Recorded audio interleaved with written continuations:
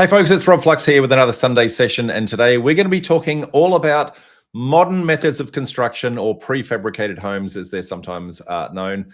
That is the future of the housing market and how and where we're going to go. We are needing 1.2 million homes over the next 5 years, and we are dramatically short of actually achieving that goal. And prefabricated housing is the antidote to do that. So in order to do that, I thought we would invite a very special guest, Damien Crough from PrefabAUS, to talk everything prefab, mate. So firstly, welcome aboard. Thanks, Rob. Great to be here. Mate, we are, I guess, both on the same panel for the Queensland Government for the Modern Methods of Construction Working Group, but you're on a number of government panels all the way around the place, trying to make a change to make, I guess, modern methods of construction a lot more accessible and I guess achievable is probably more the approach. But firstly, before we go too deep into it, tell everyone, what is PrefabAUS? What's your mission, and I guess how long you've been around?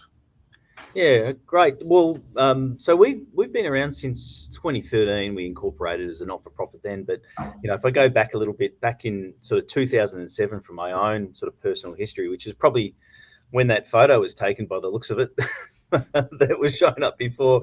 But yeah, in 2007, I started working with an architect called Nonda Katsalidis, and he's quite a well-regarded Australian architect, designed many buildings. Eureka Tower, Australia 108, amongst some of the tallest buildings in Australia, residential buildings.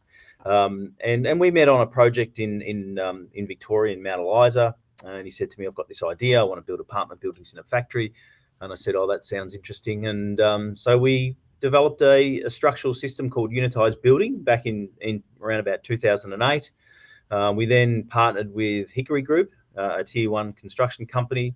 We put that IP into a joint venture, and we started building apartment buildings and schools and hospitals and other things in a factory in Melbourne, and delivering whole buildings. And by the time that we got to, I think, the last building we did with that technology around 2014, it was 4 days to install a 9-story apartment building. So that was my sort of experience, and it was quite challenging, and it was really hard work. We were the only ones doing that scale of prefabrication in Australia at the time, and I was invited to a Melbourne University event, an ARC linkage grant event around the future of schools. And in that room, we were sitting with a whole bunch of other prefab manufacturers, pioneers like Modscape and Prebuilt and Arkit and others, and we all sort of looked at each other and said, "Well, let's work together to represent the industry," because there wasn't anything that existed. So that's how PrefabAUS began in 2013. Our mission and vision really then was around collaboration, education and innovation, and that hasn't really changed. And the way that we do that is we work very closely with government, with industry and with researchers. And so that's what we've done since 2013. We've been involved in many CRC programs, which is Cooperative Research Centre, which is government funding. We had the ARC Centre for Advanced Manufacturing and Prefab Housing at Melbourne University that ran from 2015 to 2020. We're involved in the Advanced Manufacturing CRC, the Additive Manufacturing CRC. We're doing active research across the country with many different universities such as RMIT, and we really represent the industry, and we advocate for improving the industry and for Australian manufacturing as a priority. So that's probably a little bit about us. I could go into more. There's plenty more to talk about. But no, that's plenty. But I guess what it represents, mate, is a lot of people think that prefab is a new technology, or modern methods of construction is a new thing. But you've just demonstrated you've been doing it for almost 15 plus years in Australia. But I guess from a global sense, prefab's been around for millenniums. So Europe has been doing it on scale for 40 plus years, but this goes all the way back to Roman times. Yes. So from a perspective in Australia, You know, even back in the 1800s, we had houses called Singapore houses that came from Singapore. There were timber prefabricated houses that came to Australia. There's actually a collection of them in Melbourne. There's a really interesting guy that sort of collected them, assembled them in his backyard in Collingwood in Melbourne. But you know, this is not a new thing. We have been doing this, as you said, for a very long time. But the scale, the mass customization and scale in prefabrication in Australia, we haven't achieved yet. Whereas in places like Japan and Sweden and Germany and other countries have been doing this for a long time. They've leveraged CAD/CAM technologies, you know, automation, digitalization, you know, adopting things from automotive and aerospace industries into the construction sector. They've done that since the 60s and 70s. And that's why they have industries which are highly automated and highly productive. And we just haven't moved to that yet in Australia. Yeah, and particularly in Europe, one of the reasons why it got taken up so heavily is because their winters are so savage and so severe. You can't actually construct during those timelines. So you need to construct in a very short window where the weather is actually in your favor. And if they didn't adopt that approach, then they just wouldn't be building housing. So that has, I guess, I'm going to say pioneered the modern era of this, but there's a lot for Australia to learn from the overseas side of things. But equally, we have been doing it here, and you have recently. PrefabAUS has initiated a TV series called Epic Builds to demonstrate that this is not just happening, but happening regularly and consistently right across the country. So tell us a little bit about the Epic Builds show, mate. Yeah, so Epic Builds came about because I think there's a real consumer education piece that needs to happen, and that's what we're about. It's about, you know, education, innovation, and collaboration is what we focus on. And so I always had this idea, almost like this sort of grand designs for prefabrication. And I was at an event in Sydney in 2023, and I was presenting a keynote at a conference. There was a guy there by the name of James McGregor from Blue Tribe Media, who was also presenting around his latest TV show back then, which was called Renovate or Rebuild. And after he presented, I went up to him and I said, listen, mate, I've got this idea. I've had it in my mind for a while around a TV show concept. So I pitched it to him. He listened to me and he pitched it back to me in his version. And I said, let's do your version. So that's how it came about. We went out to our members and they've all, you know, sort of got on board and supported it. But the idea was, as you discussed previously, this has been happening in Australia for a long time. And our industry is quite different to the rest of the world in that most of our member manufacturers in Australia, they're not only doing residential, they're doing healthcare, they're doing education, they're doing infrastructure projects, they're doing lots of different types across different sectors. And the reason for that is that, you know, there just isn't that consistency of pipeline in Australia yet. We don't have the demand and the growth. We're sitting at about 8% of market share. Compared to, you know, the whole construction sector. So for that reason, we have some really unique and innovative buildings that are being delivered around the country. And we really wanted to show that. We did start our own awards program in 2024 called the Smart Building Industry Awards, which is a ceremony at our annual conference each year, which is coming up September 2 and 3 this year in Melbourne. But we wanted to take that further. We wanted to take that out to consumers, to educate them around the high quality, high performing buildings that are available through our supply chain in Australia. And it's interesting to note that there are 1,190 companies in Australia across 6 categories of prefabrication. I think we'll talk a bit in detail around the different types of prefabrication. But there are 1,190 companies in Australia that participate in that supply chain. So there is a vast array of solutions available for people looking to deliver housing or any type of buildings in Australia using prefab or modern methods of construction. Yeah. So as you touched on, that show is about educating the consumer to say, look, that's an acceptable product to actually take on, because there's a lot of preconceived ideas about the quality of these things, which are factually inaccurate. But a show like that helps that to actually come across. And then this show is us trying to do the exact same thing at the start of the food chain, which is the actual developer who is actually making the decisions to go down that pathway in the first place. So hopefully, as a developer, seeing that epic TV build and seeing that show, I should say, seeing that consumers are actually going to be happy with this should then take away the fear of should I actually go down the pathway of designing, I guess, a prefab type home in the first place. So that's what we're going to dive into today, mate, is how do we educate our community to say this is the way of the future, and give them some information on how they can actually do this a little bit better. So let's start with, I guess, probably the very, very basics. It's sometimes called prefab and it's sometimes called modern methods of construction. Let's kind of just give it a definition and how and when do we use what terminology and why? Yeah, it's always a topic of conversation. Is there's so many different terms that are used, and I guess modern methods of construction seems to be the popular one, and that's been adopted from the UK and Singapore and places like that. We have sort of started to change the narrative a little bit from our perspective from the industry in Australia, because in 2023 we wrote an industry roadmap called Building the Future We Want, which was a decadal strategy from 2023 to 2033. And we developed what we call the smart building value chain. So we call it the smart building industry. And we think that is probably much more representative of where we are in the industry. Modern methods of construction seems to upset a lot of builders because they go, well, we've been doing modern methods of construction for a long time. This is nothing new to us. So we're trying to change the narrative a little bit. Obviously, prefab and modular, are terms that sit within that. But basically, what we're really talking about is something that's built other than the site.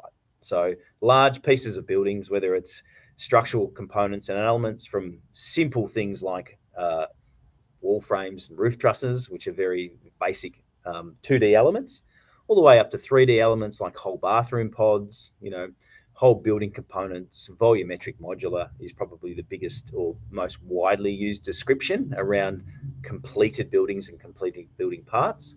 And that's where we're seeing a really big growth, but also panelized construction and kitted parts. So all of these different methodologies make up what we call the smart building industry in Australia. Yeah, well, let's dive into each of those different methodologies, because they fundamentally fall into 4 categories.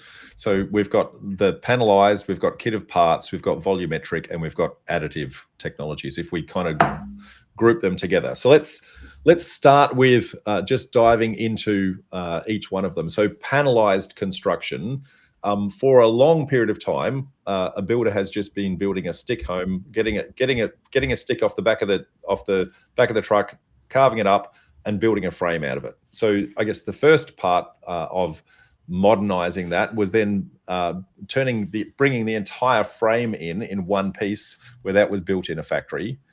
But panelized takes it one step further, where now there's cladding and insulation and windows and electricals and a whole bunch more actually built into it. So an actual entire wall turns up. That's right. So there are many companies around Australia now that are using technology to produce those components.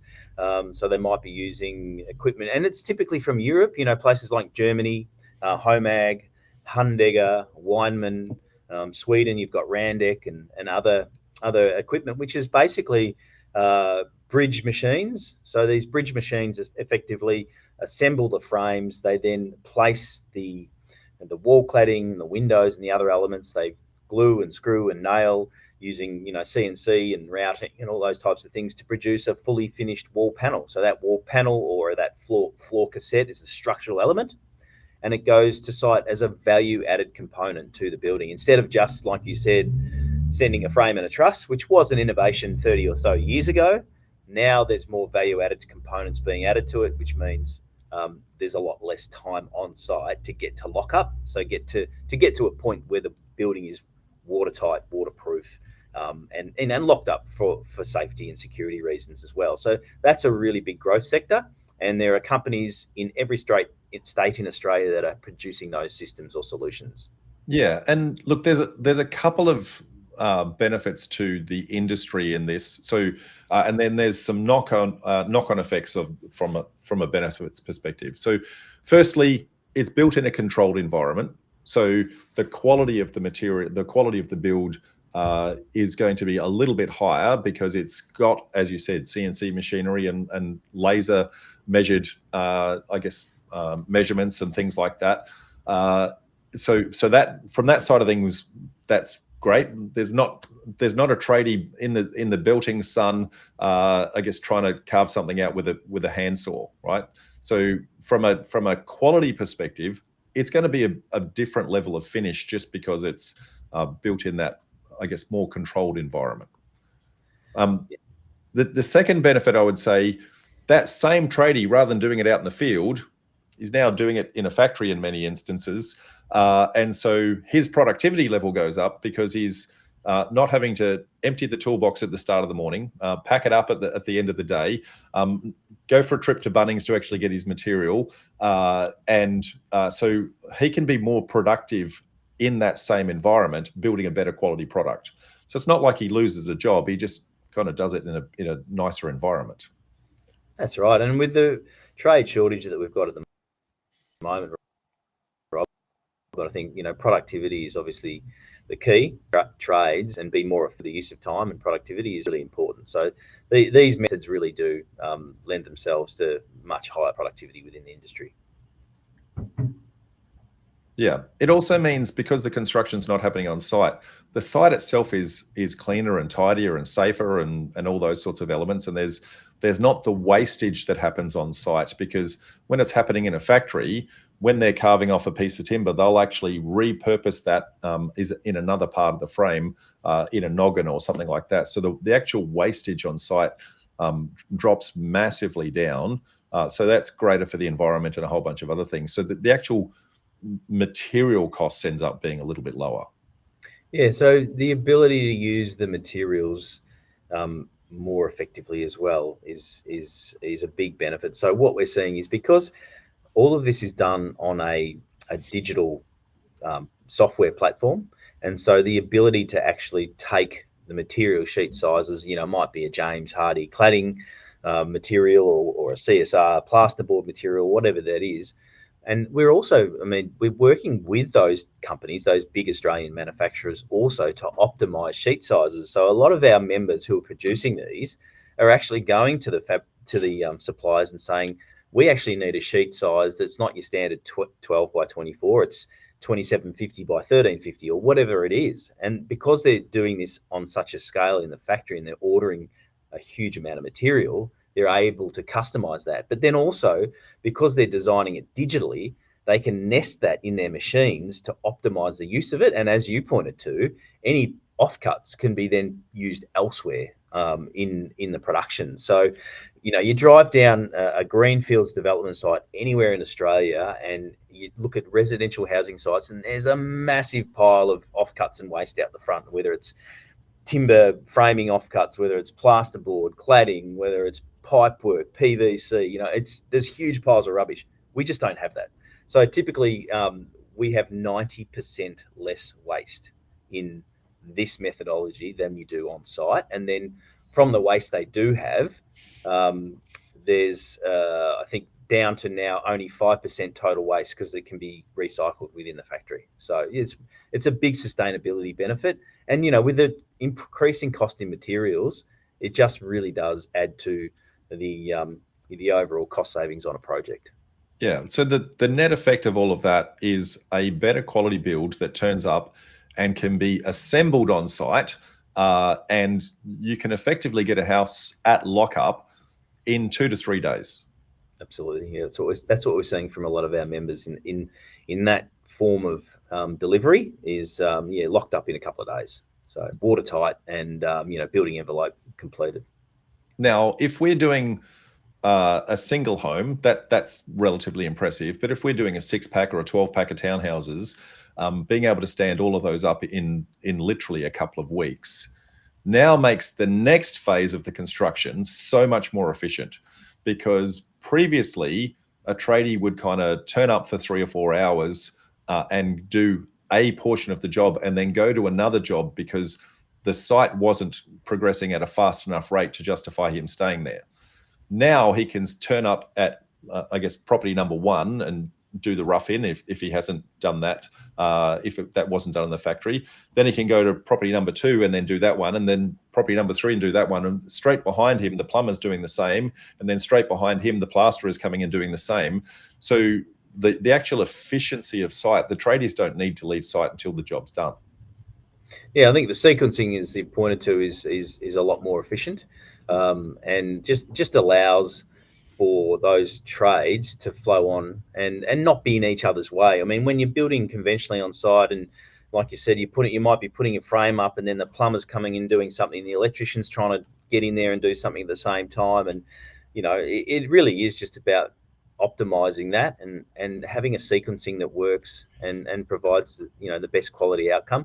The issue you do have on site when you do have a lot of trades, and this sort of also leads to probably that next version of the kit of parts approach, is that when you've got, for example, a bathroom which has 11 trades in typically around 4 or 5 square meters, there's a lot of damage and rework and things that happen, and wet areas cause the biggest headaches for in buildings around defect rectification and that type of thing. So we're really seeing significant quality uplift due to these types of approaches to construction. Yeah, well, I guess so. If we kind of finish off on that panelized approach, it means that a house that is currently under a traditional build being quoted for anywhere between a 12 and an 18-month construction now can actually get finished off in anywhere between 3 to 6 months very comfortably. On Epic Builds TV show, I think in the first episode, we had a project there that was on King Island, and it was a panelized housing project. So just a single residential house. They delivered it on the boat to King Island, and it was completed in 35 days. Yeah. So I mean, it's amazing, and that was produced in Melbourne at the TBS factory in Dandenong, put on the ship over to King Island, and 35 days later they had people staying in it. So it was for some workers' accommodation over there. That's that's significant. You're talking about 35 days versus master builder data that says 55 weeks on average to build that type of domestic Class 1 construction in Australia right now. Yeah.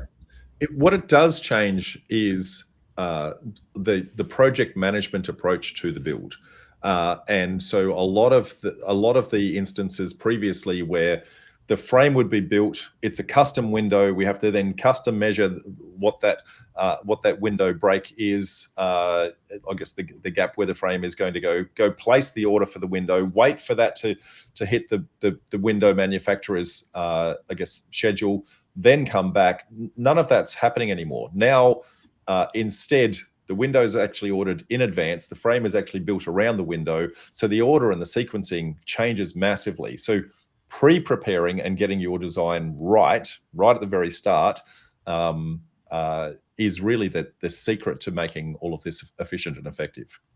Yeah, it is a different process, Rob. We're talking about a manufacturing supply chain, and you think about the automotive industry, you think about the aerospace and aircraft industry.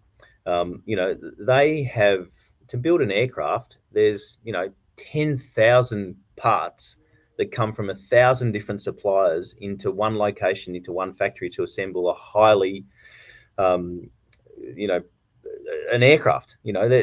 Lots of services, lots of components, lots of parts, and it all comes together seamlessly in one factory. And that's what we're talking about with prefabrications. And it is a different approach. It's a real collaborative approach where the designers engage with the suppliers. And that's the first thing they do.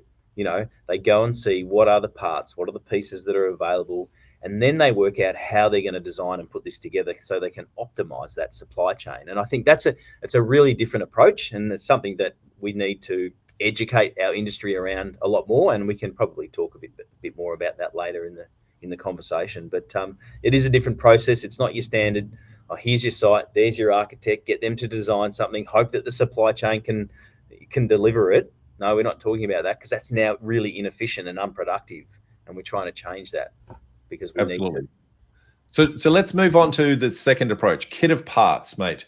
So kit of parts is kind of taken the concept of Lego and going, well, if we are standardizing on what all these elements are, with a piece of Lego, I can build the Eiffel Tower, or I can build an 800-pound gorilla, right? So just because the components have the same dimensions or the same interfaces and that sort of thing does not change our, I guess, our limitations on our design criteria. No, not at all. And you know, to reference Japan, you know, they do this really well. They call it mass customization. So, you know, Toyota, Misawa, Sumitomo, all of these companies in Japan have been doing this for decades, and mass customization is the key to it. So, for example, Toyota would build 40,000 homes a year, and they build them on a production line like they build a Corolla. And the reason for that is that they standardize fundamental elements and components. So, you know, when you buy a car, you've got an engine, a chassis, and a gearbox, which is all the same, but you might choose your stereo, your wheels, and your interior fabrics, or whatever it is. So there's bits that make sense to be standard because there's so much design and servicing and high value components in there, whereas other bits you can personalize. And I think this is the real key message. And we talk about this 80 rule. It's like 80% standardization, and as you mentioned, it means that everything's the same. It just means that by having a suite of bathroom layouts, a suite of kitchen layouts, etc., it allows you then to procure that at volume and get the benefit of the quality and the cost reduction through high quality components produced in a factory. So this has been done for decades and decades overseas. We're starting to see it happen in Australia now, but it just makes sense, you know. And like I said to you before, there's, you know, the biggest issues you have in construction is around wet areas, bathrooms, anything that has waterproofing, balconies, decks. You know, these elements cause fundamental issues in buildings and wipes typically 5% of the profit off the builder's bottom line every time due to defects. If we can put that into a factory, standardize it, and make it high quality, then, you know, you're going to eliminate that from the project. And I think that's a positive thing. So what we're seeing is, you know, standardized areas and systems. So it might be the layout, the size, the shape is all the same, but then the client can choose their taps, their toilets, their tiles, their basin, their shower head. All those things are customizable.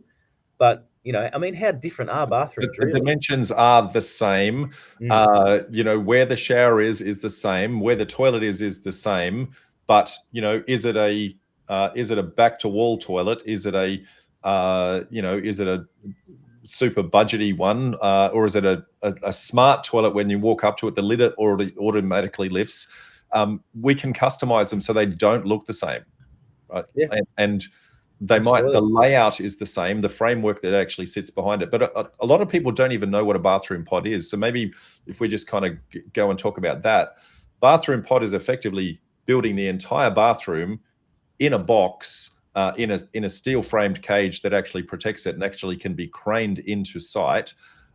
These have been happening in Australia for, I'm going to say, a good 20 plus years, largely in hotels and apartment complexes and things like that, where they're building the same bathroom again and again and again. We just want to take that concept and bring it down to, hey, if I'm doing a duplex, why do I need to, there's probably only 5 different bathroom designs that you need to actually choose between. So if I choose one off a catalog, and is it a round basin or a square basin, and is it gold taps or silver taps, that's really, if we can start to do that, then we're building houses off a catalog. That's right. Yeah, and that's where you're going to get the benefit from. So anything that's highly serviced, you know, you've got plumbing, you've got electrical, you know, you've got all of these elements within that. So standardizing how those things come together, making sure they're done to code as well, you know, you can do that really well in a factory. And so that's what we're seeing. There's just a connection point for where water goes in, and there's a point for where waste goes out, and that's standardized.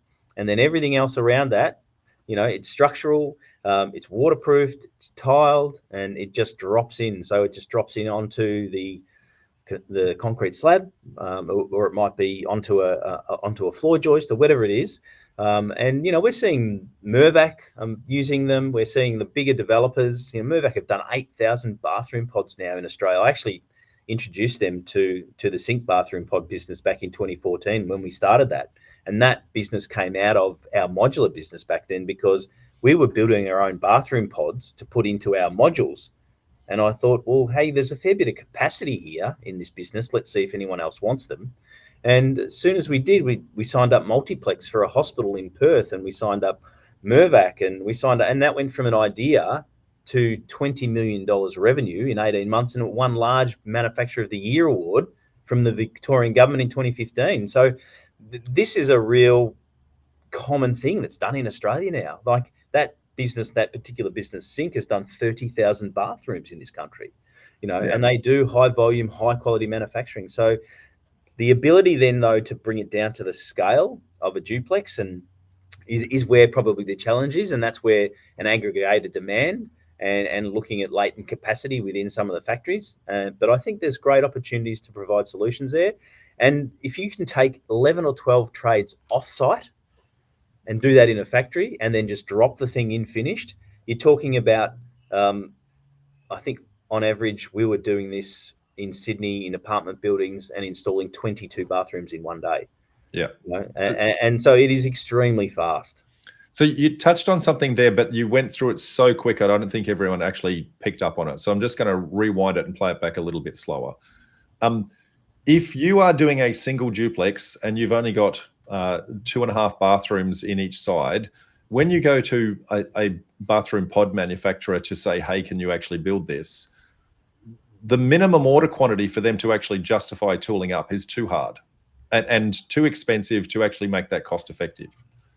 But if we had a standard set of bathrooms that was consistent, that maybe there's 5 different bathroom combinations that every single duplex user across the country used, then all of a sudden they're able to build that baseline frame very, very cost effectively.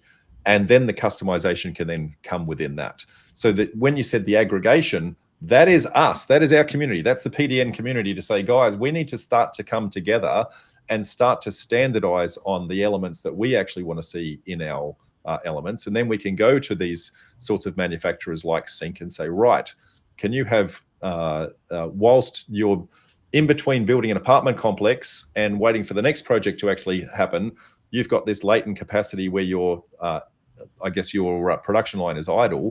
That's when they can start to print off a few of ours and kind of sit them on the shelf. And while they're sitting on the shelf, we can then come along and go, well, I'd like one of those, and they can turn up in days, not months, right? And I think that's really where the power of this starts to come. It's the bulk purchasing power of the entire community, but we've all got to ask for the same thing. So one of my roles is to try and work with some of these organizations and say, how do we actually start to build a catalog of bathrooms that we can actually start to order and make it more efficient, more effective for these kit apart type solutions? Yeah, absolutely. And that's what we did in student accommodation.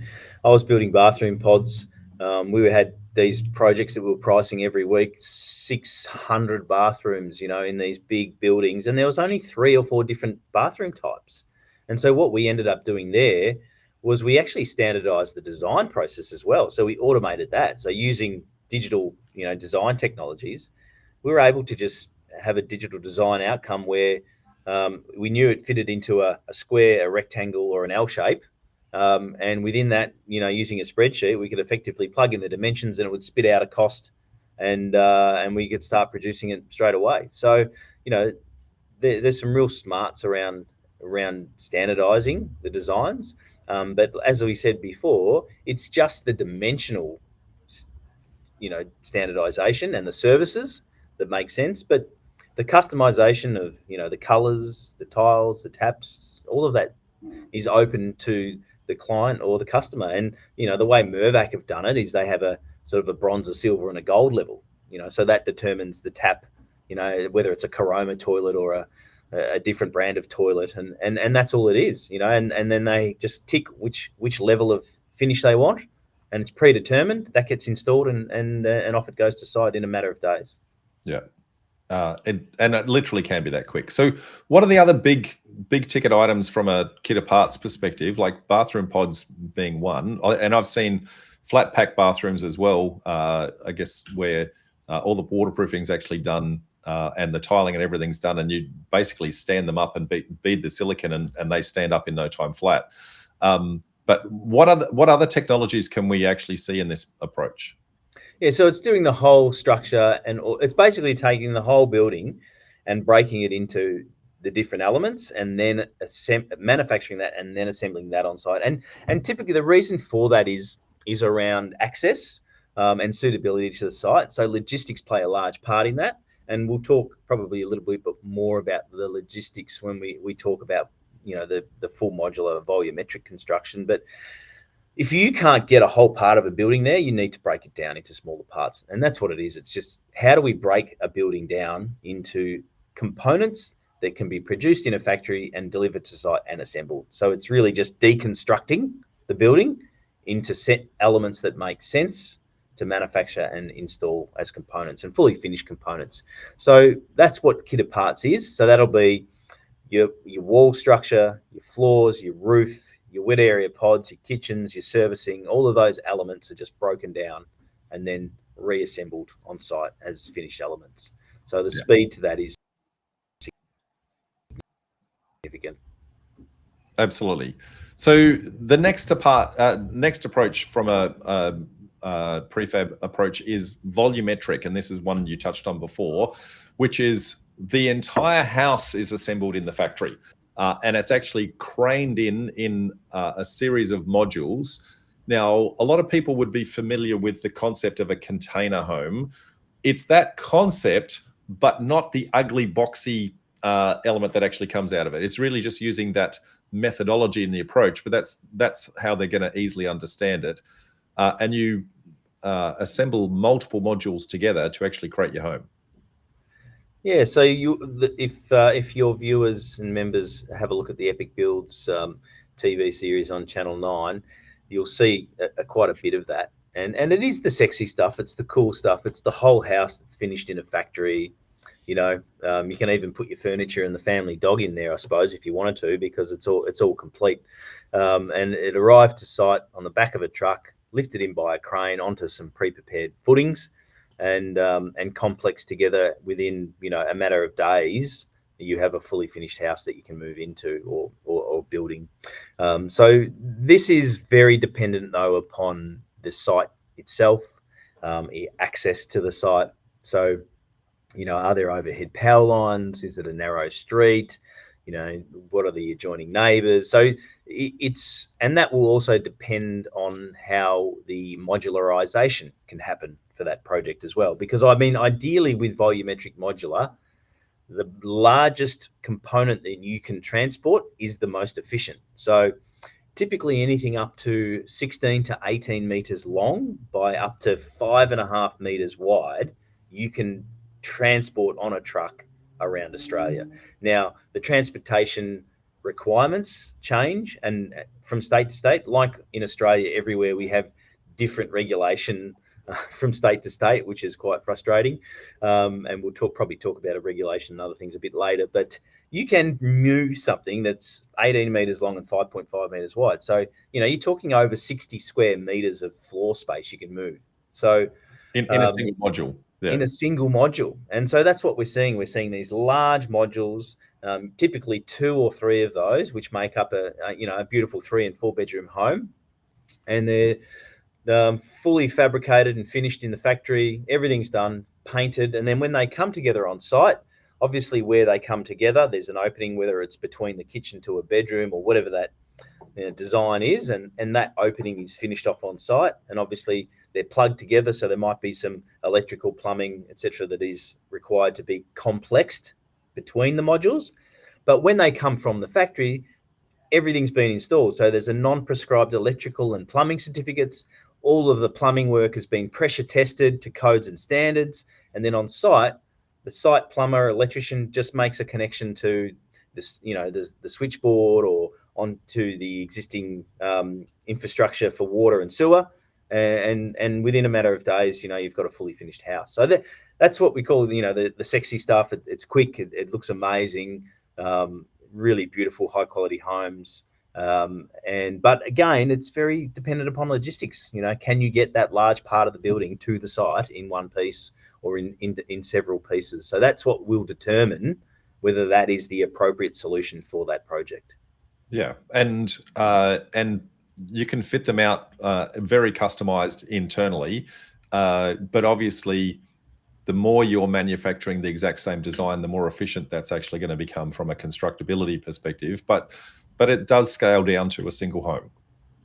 Yeah, absolutely, and you'll see that on Epic Builds TV show, and that's probably in domestic Class 1 construction. That's probably where we have the biggest supply chain in Australia. There are, and if you go onto the PrefabAUS website under the member directory, you can select by prefab builder, and it will give you a huge number of builders that can produce a home for you in Australia, whichever state you're in.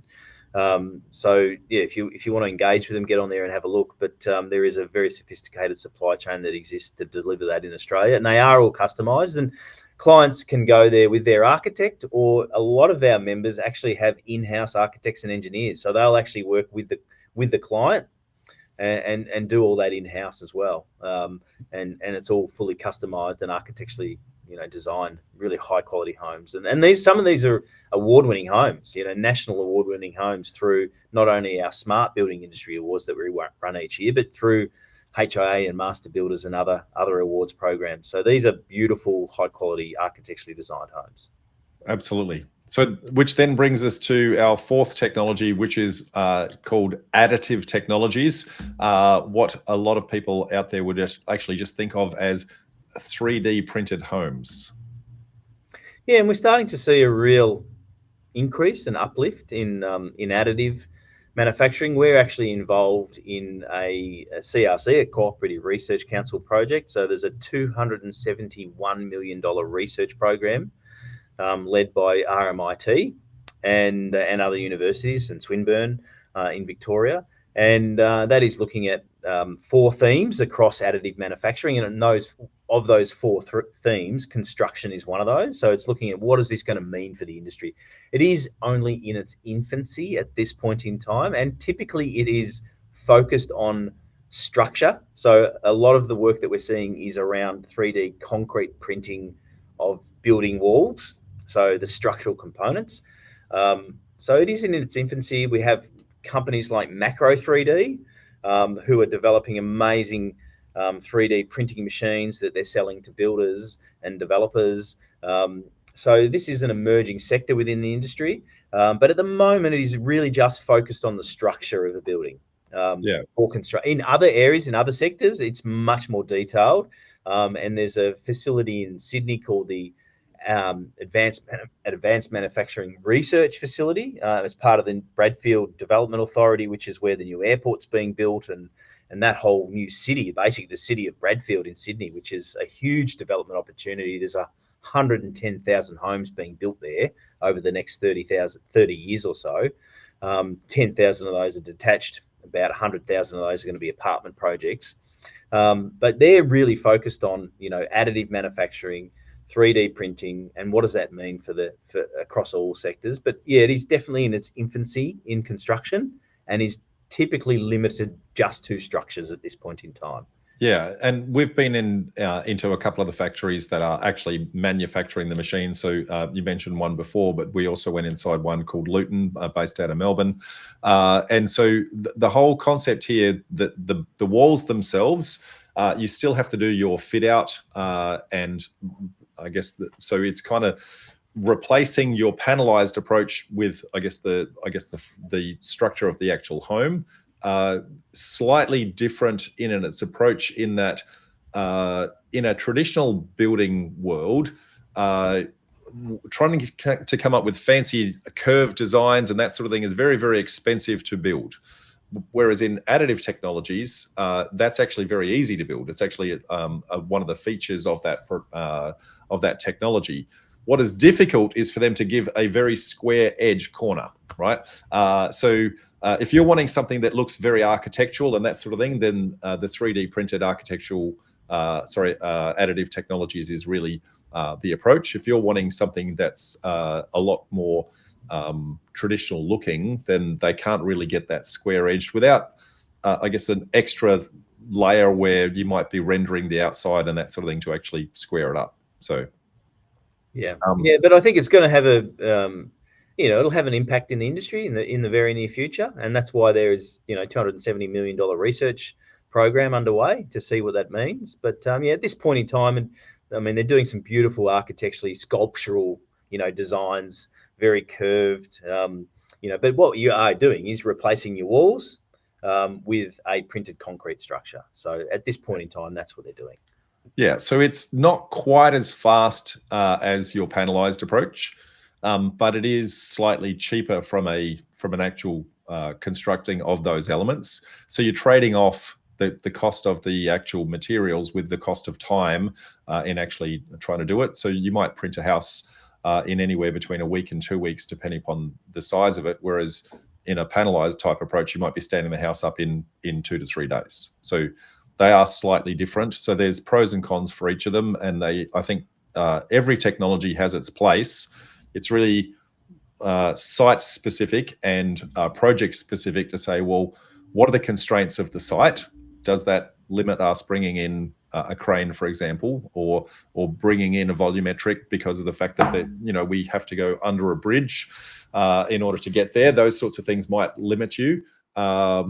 Also, I guess the budget of the project might change the approach as well, to say, well, certain technologies are going to lead itself to a certain outcome.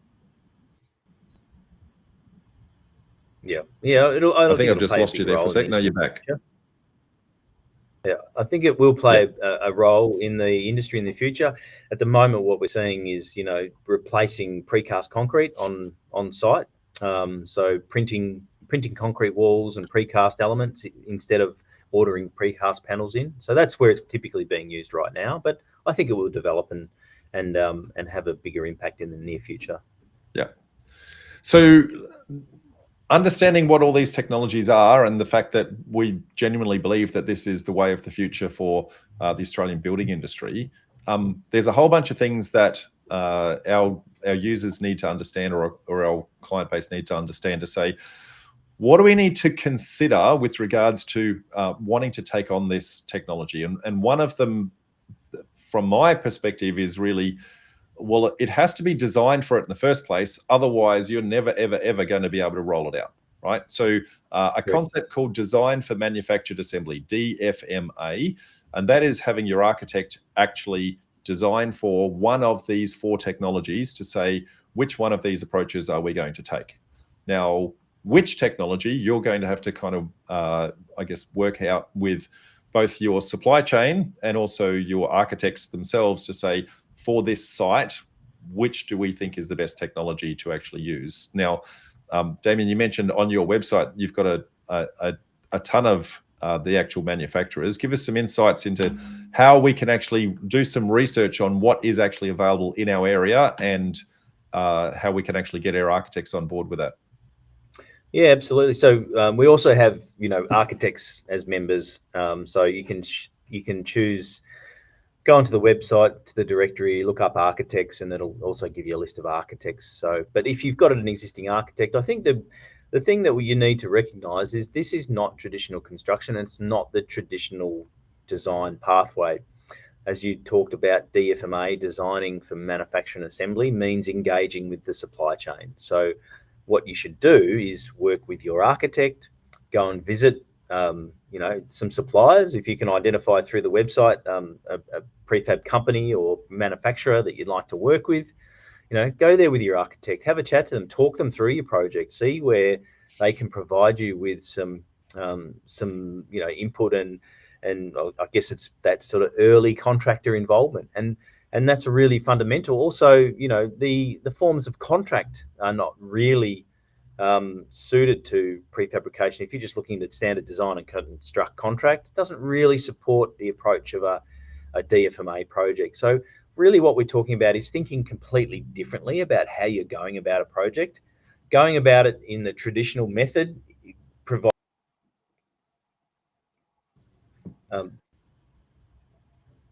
We've just lost his internet for a sec. I think you're back, Damien. Yeah, I'm back. Sorry about that. So yeah, as I was saying, going about this in a conventional construction method doesn't work. You have to start thinking differently. So what we suggest is engaging with the supply chain, understanding what's available, and then working with your architect to develop what is the best solution for that site. And so I think that's fundamental shift. All of the work that we do is using digital models, Revit, and those types of programs. So we're talking about a digital design approach, which means we can procure from a sophisticated supply chain, and that requires different approaches. It requires a lot of upfront design too. So I think what you have to really be aware of is that this is design heavy, because once you're procuring something built in a factory, you can't change it once the production starts, right? So we have what is called a design freeze. So to get to a design freeze, you have to understand exactly what it is that you want, have that fully detailed and designed before it goes into production on the factory floor. So it's a And different process, and talking to manufacturers with your architect, or engaging an architect who's already done this many times, is probably the first best step. yeah, and if you at minimum, ask your architect, do they do DFMA? That's the very minimum, because the more people that are asking more architects that one question, the more those architects are going to start to do the research.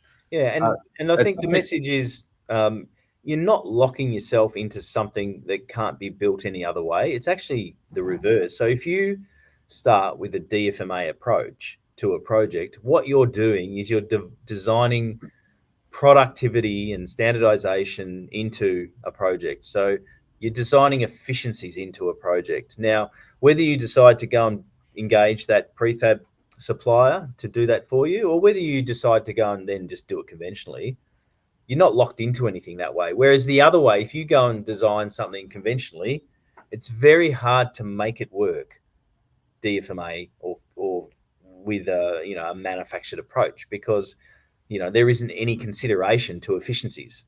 So what we do get is a really efficient design, which can be built either in a factory or on a site. So yeah. I think that's a good message to get across. A critical element to get across, because firstly we need to get the architects to be thinking about this. Then the next thing we need to do is getting the builders to think about this. So when we go to the builder, we want to be able to give them a choice. Are you going to do a traditional build? Are you going to do a modular type approach? But giving them the choices as to the how they actually construct that. One, it gives them a level of control, and they don't think that things are being taken away from them. Two, it allows them to actually start to become more efficient in their own business. So if their current build is going to take 12 months to do, and they can look at this prefab type approach and say, well, even if I did a panelized and then a retrofit afterwards, I could be building a house in 2 to 3 months. Now I can build 4 or 5 times more houses a year. So they can be a lot more efficient and a lot more effective and a lot more profitable from a business perspective. And they're equally minimizing their risk, because they're not having to hold pricing for 12 months with fluctuation in materials pricing and all sorts of things like that, because they're in and out of the deal in the same market cycle, right? So I think from a building perspective, the builders will come on board, and I think they want to come on board. What they need is a client that's willing to let them go on that journey. Yeah, and I think that's a good point you make.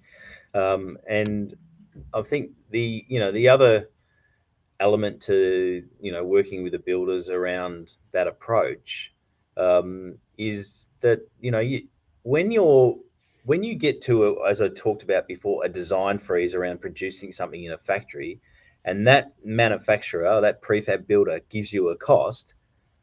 That cost, typically is the cost. There are no variations, because everything is known. It's done. It's designed on a digital model, a 3D model with all of that data embedded into it. So the supply chain, whether it might be a James Hardie cladding or a CSR plasterboard or a window, or all of those elements are known and costed and included.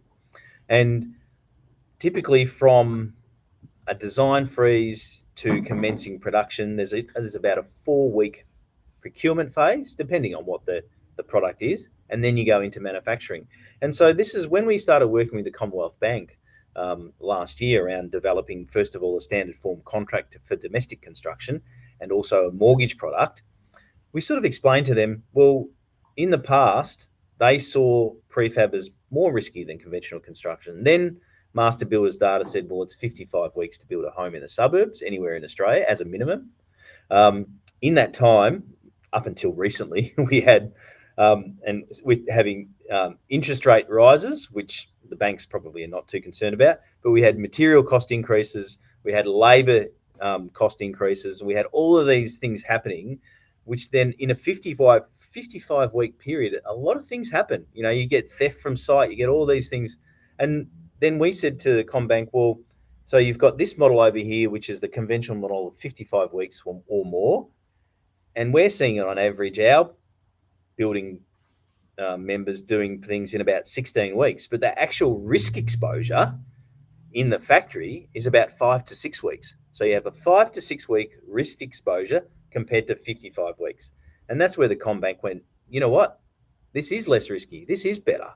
And we're going to support this through writing a contract and having mortgage products for consumers to buy these homes. So, but as I said to you, for the builder, you know, and for the developer as well, you have this fixed cost. The only thing that can vary is the site. That's it. So if you can minimize any opportunity cost variations or around inflation, then you're going to get much better development outcome.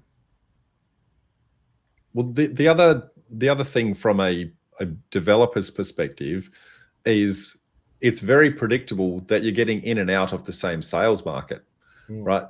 And so if you're doing a traditional build, by the time you do your development approval and then you get your building approval, then you go out to tender and get a builder and then you actually construct it, you're running a project for 2 years, right?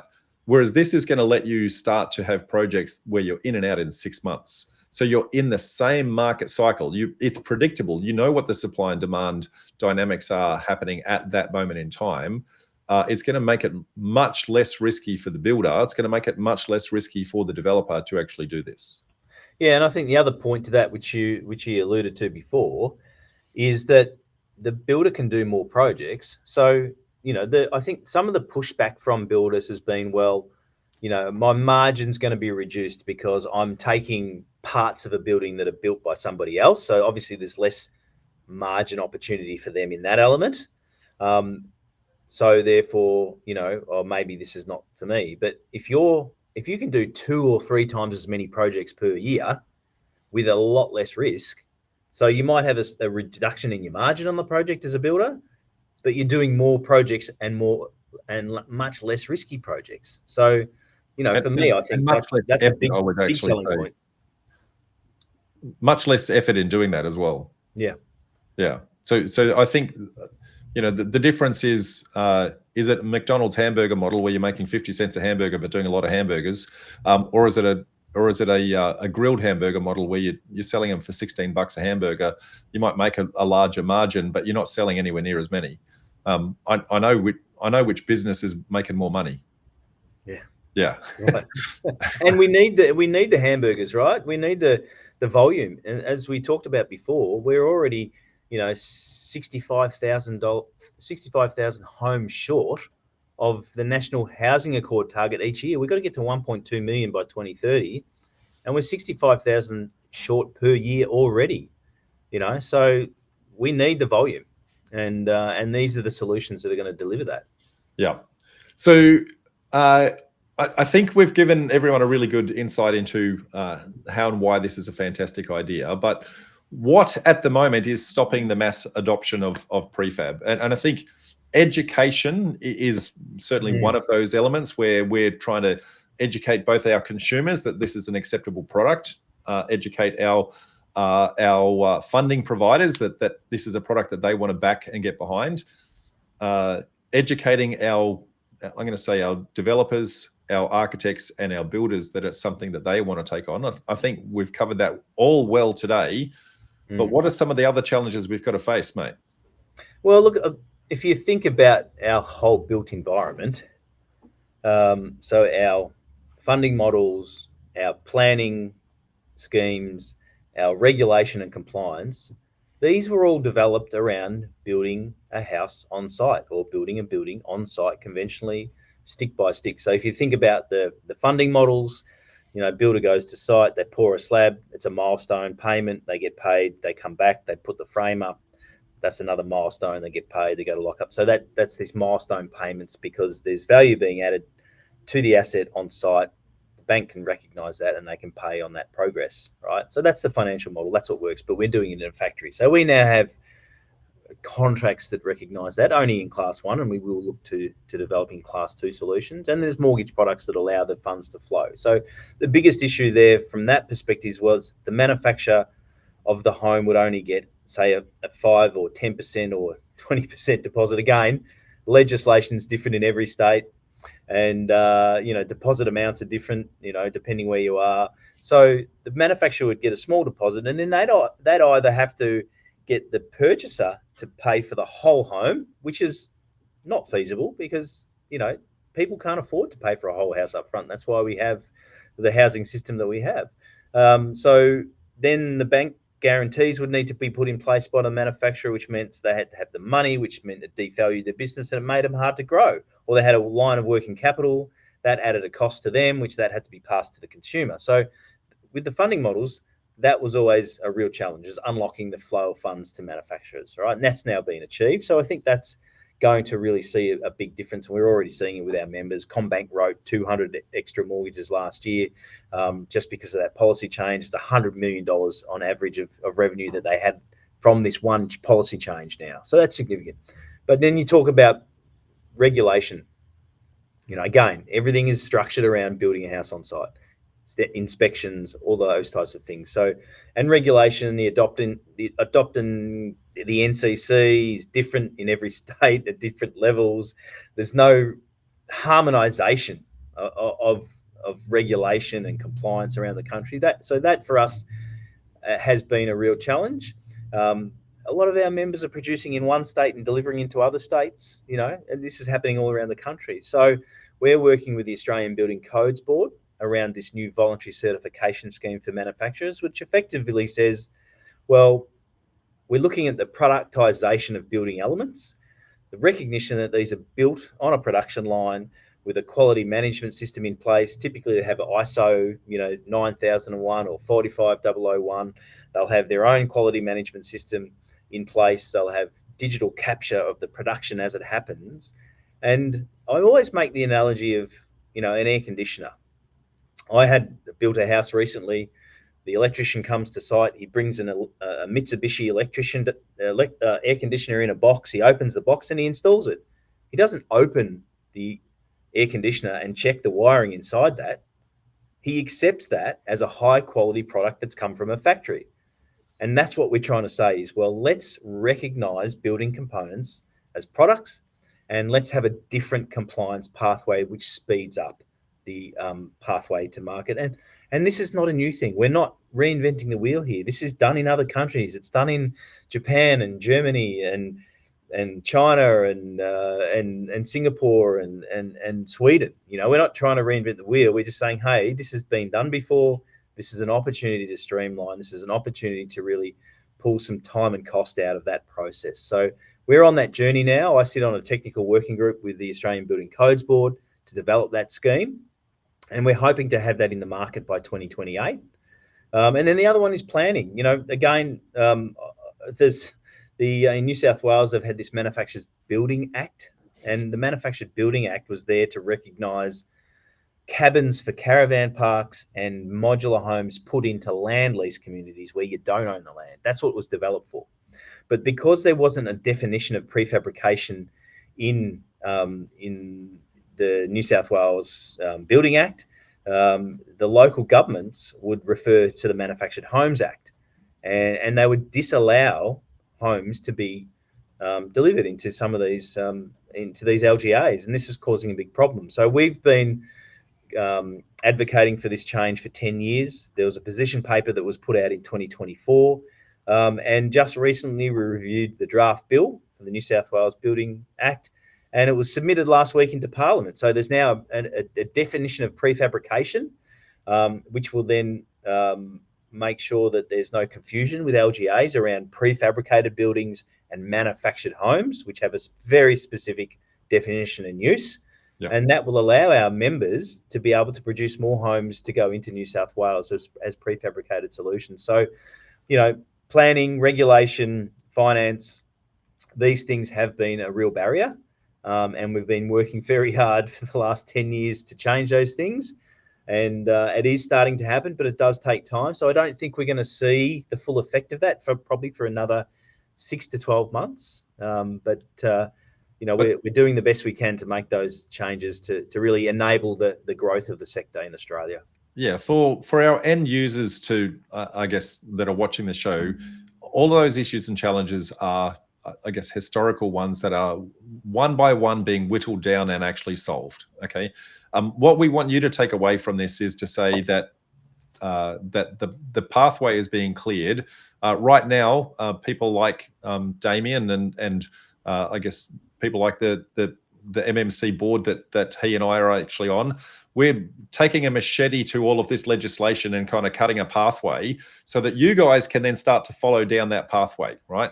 And when you guys start to come, you're going to then clear that pathway, and it's then going to start to turn into a genuine road to actually say this thing is actually going to be very easy for everyone to roll out. Is every problem solved? The answer is no, but I think there's enough solved to say it's now an actual working model. And it's time for us as an industry to actually embrace this and actually start to take it on. I would say, number one, design for modular by default. Ask your architect first, can you and will you design for modular by default? Go and talk to your supply chain. Go talk to the different manufacturers in your local area and say what is actually physically possible. Get your architect talking to those people. That is then going to then give you a design that is capable of being built. You can then give that to your builder and go, mate, you want to come on this journey with me? Because every builder has to do building number one. You're doing project number one. They're doing construction number one. Work together collaboratively. I think that's the approach. And then from then on, once everyone's carved their teeth on their first one, I think the pathway is very smooth from there. Yeah, it's a good message. Collaboration is the key. Engaging early is the key. It is a different model. It is a different approach. You need to think differently about how you're going to deliver a building. But we fundamentally need to change the way we're delivering buildings because it's just not working. We have a real decline in trades and skills. The shift to industrialized construction is happening. It really is happening. It's upon us. And, we're seeing huge support at government level. As you mentioned, you and I both sit on a Queensland government Building Ministers Advisory Council around modern methods of construction. And the Queensland government are really sort of trying to clear the way, as you said. But at a federal level, within that National Housing Accord, there is recognition that we're not going to meet the targets. And it has been recognised that modular construction, MMC, prefab, or smart building, as we call it, is significant and will play a significant role in getting to those targets. And so, all of the support is there across all of the different states. I mean, the challenge is that they are all taking a different approach to it, but they are all doing something, and we are working and advising them along the way of how they can support the industry. And then we have a supply chain in Australia, 1,190 companies that can do this. So I think the message is collaborate, speak to the supply chain, work together, and through you, Rob, and your members, aggregate some demand, look at standardization of building elements, and then you can go to the supply chain and have that real purchasing power to get costs down and to get high quality components for your projects. Yeah, that is the next phase of our business here at PDN is industry advocacy, trying to push for small scale development from a legislative layer, but also that supply chain model and go, how do we actually start to standardize kit of part type approaches to say, what are the common dimensions of a bathroom that we actually need? How do we actually get better purchasing power through, I guess, an industrial, construction methodology where it doesn't make sense for them to scale down to one dwelling. But if we've got many, many dwellings that are all of very similar dimensions, very similar size, very similar design, that are still customized and unique and able to look and feel very different. When you go into a house that's on the left and a house on the right, they still feel different, right? And I think that's the key to this, so that, you know, we're not cookie cuttering the exact same design, but rather we're having, you touched on it before, 80% of that the same. The customization in it then makes that a different home. Yeah. And the 80% is the stuff you don't see. Yeah. You know, it's the bits behind the walls, you know, that you don't see. That, so you might as well standardize that and get the efficiencies out of it, and spend the 20% on that creative bit that the architects can really contribute to, which is providing that, integrated sort of articulated facades and things like that. I mean, we're seeing in townhouse development now, we're seeing developers who are working with, the land developers like the Stocklands and the Mirvacs and saying, carve me up this lot size so I can do a row of 12 townhouses. I can standardize all the party firewalls. They can all be panelized. Then you've only got 2 facades, front and rear. We can standardize those and have lefts and rights or mirrors and some articulation, but we've got volume, and we're going to roll that out across, 10 or 12 different sites. And then, you've got a developer that's then got 250 townhouses that they need to do, and they've standardized 80% of it, right? And they're leveraging the supply chain to deliver that. So these are some of the things that are starting to happen. And I think your members and your network could really, play a role there and benefit from it. Yeah, I guess as a perfect working example of that, a project that I'm working on in Melbourne, it's 18 townhouses. It's actually got 2 bedders, 3 bedders, 4 bedders, and 5 bedders. So 4 different floor plans, and 80% of that is all the same. But they are completely different product, but the materials that are actually gone into that are the same. And that's really the takeaway I want everyone to have. I start to think modular by default, start to think, how do I standardize on my design patterns? Organizations like myself are going to be engaging with industry and the supply chain to say, how do we actually get the accumulated purchasing power to actually say, if we start to standardize on, things like our bathroom designs and even kitchen designs, how many different ways of actually carving out a kitchen, right? When we start to do that, I think the cost to construct over time will come down. So right now, I guess a big myth is that prefab is actually going to bring the cost of construction down. And I think it will in the long run.